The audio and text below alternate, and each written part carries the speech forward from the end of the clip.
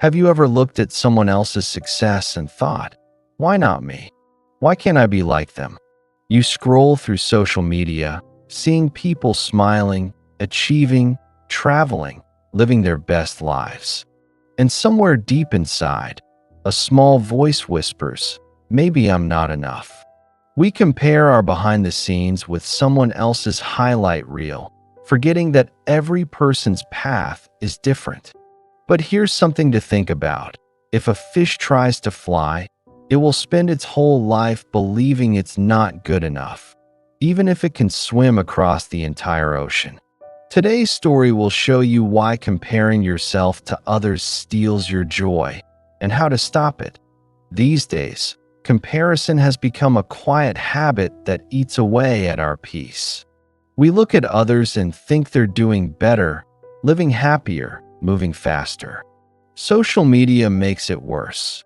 We scroll endlessly, watching other people's achievements, and before we realize it, we start measuring our worth against their success. We forget that what we see is only the best part of their story, not the whole truth. The more we compare, the more we lose sight of our own strengths, our own journey. And slowly, this constant measuring turns into sadness, frustration, and self-doubt. But what if you could stop that? What if you could learn to see yourself differently? Not as less than someone else, but as someone walking a unique path of their own. That's where our story begins. Once upon a time, in a small, peaceful village surrounded by a wide green forest, lived a boy named Ethan. He was kind and hardworking, but no matter how hard he tried, he could never feel happy with himself. Every time he looked around, someone seemed to be doing better. His friend Liam always got the highest grades in class. His neighbor Ryan had a rich family and lived in a big house. Even when Ethan saw someone running faster than him, he would sigh and think, why can't I be like them? The more he compared, the sadder he felt. Soon, his studies began to suffer, and even the things he once enjoyed no longer brought him joy. One day, a wise old man visited the village. Everyone called him Grandpa Joe. People said his words could change the way you saw the world. Ethan decided to talk to him and poured out his heart. Grandpa, he said, I work so hard, but when I see others doing better than me, I feel like I'll never be enough. Grandpa Joe smiled gently and said, come to the oldest tree in the village tomorrow morning. You'll find your answers there. The next morning, Ethan arrived just as the sun was rising. Grandpa Joe was already waiting. Look around carefully, he said.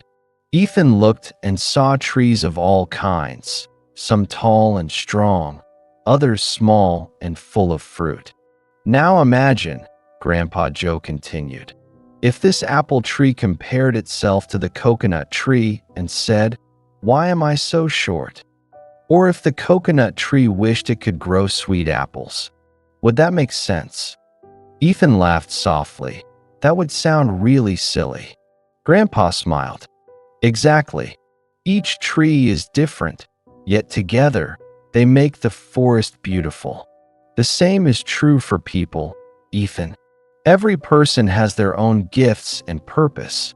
Don't forget that. Grandpa Joe then led Ethan to a quiet pond at the edge of the forest. The morning light shimmered across the water, where colorful fish were swimming gracefully. Just above, a bird soared through the clear blue sky.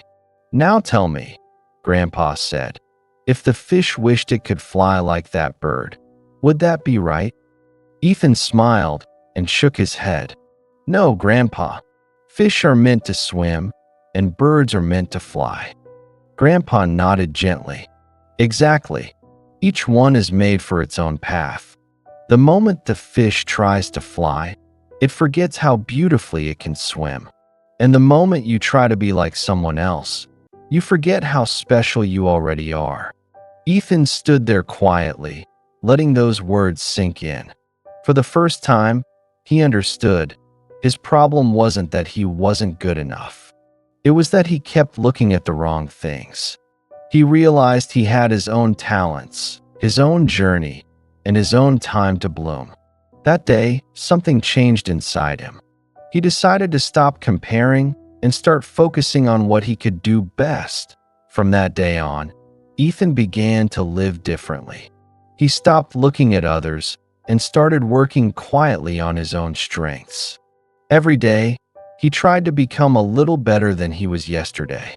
Slowly, his confidence returned. He began to enjoy learning again, to smile again, to believe again. Years passed, and with hard work and patience, Ethan built his own small business, one that grew and inspired the entire village. People often came to him, asking, "Ethan, how did you become so successful?"